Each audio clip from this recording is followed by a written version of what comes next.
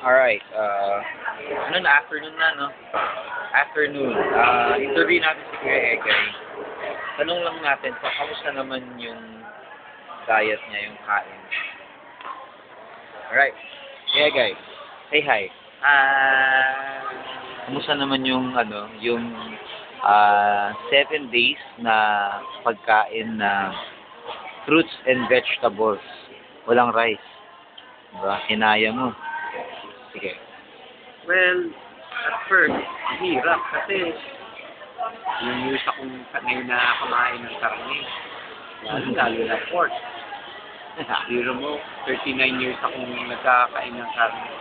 Tapos, hirap-hira ako kumain ng food. Vegetable, kumakain ako pero madali. Hirap na hirap ako. So, masyadong malaking adjustment ang ginawa ko. Dahil sa 7 days na yan. 7 days. Ano ito kinakain mo? Ano yan? Salad. Ito. So, banana shake. Fruit to. Banana. Banana shake. Tapos ito. Ito yung fruit salad. At yan, naubos mo. Vegetable. Puro vegetables. Yes. So, ano nang weight mo ngayon?